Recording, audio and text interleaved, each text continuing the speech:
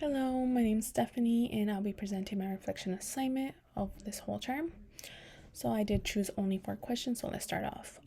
I first chose what are at least 3 fundamentals of effective public speaking.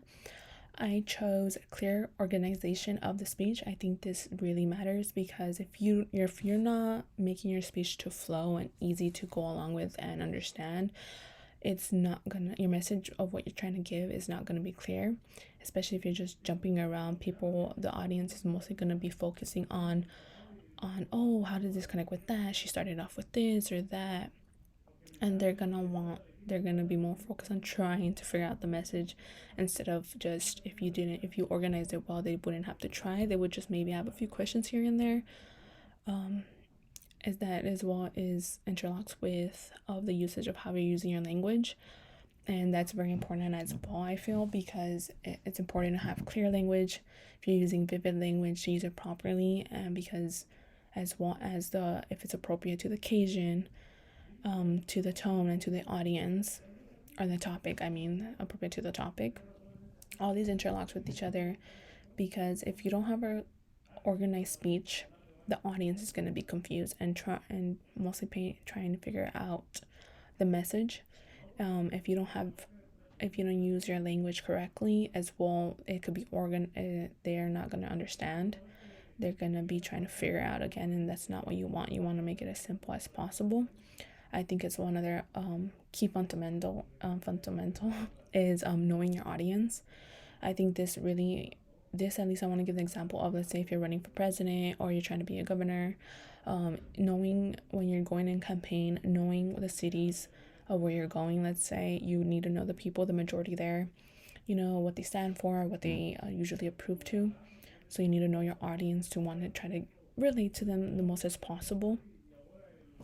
Next question is, why is engagement and connecting with your audience important in relations to public speaking? Because if you're not trying to engage with your audience, you're not trying to connect, then you shouldn't even be trying to give a speech, because the whole purpose is to connect with them, for them to understand you and you understand them.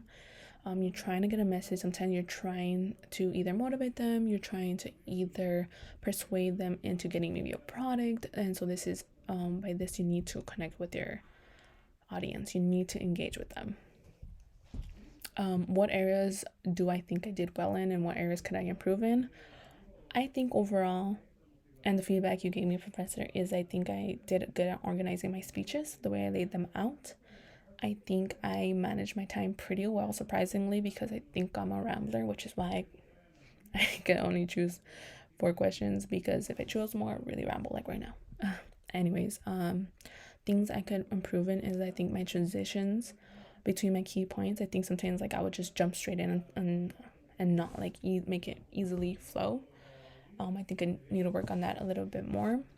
One thing I need to work on, I think, is relaxing and breathing in between sentences or key points, because like I said before, I am a rambler, and I think if you seem anxious and you're talking really quickly, people can probably miss a point, or they're going to be focusing more on how you're presenting and not what you're trying to say, and we do not want that. What key strategies will I apply to in my future in terms of public speaking? I think I will be applying mostly persuasiveness of the methods that we learned, because we will be dealing as future nurses with difficult patients and sensitive cases. There could be people that have multiple questions for a medicine, for procedures that are being done. They're very conscious about it because maybe it's their first time, so we have to kind of convince them, persuade them into doing it, and why. I think this as well involves with having clear language, because if you have to think in the terms that they're not going to know the medical terms that we do. They're not going to know everything like we do, because this is what we trained for, this is what we studied for. So we need to eliminate all that clutter, eliminate abstract words mostly. So you go with simple concrete words like we learned. This helps as well if it's a sensitive case or time sensitive, because too much can overwhelm the patient and the loved ones trying to understand what's happening. It could overwhelm them, give them more anxiety, and that's not what we want. We want to make it easier for them, especially if it's a very sensitive case.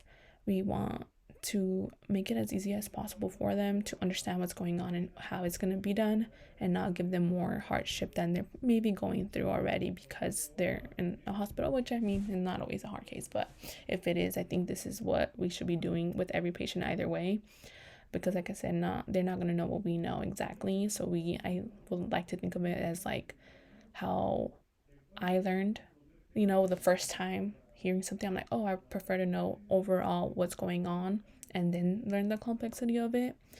But yeah, and overall, those are the 4 questions I chose.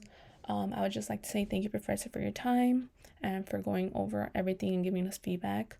I know we didn't meet in person, but I would just like to say I appreciate the time you giving us here and teaching us what we know now. Thank you.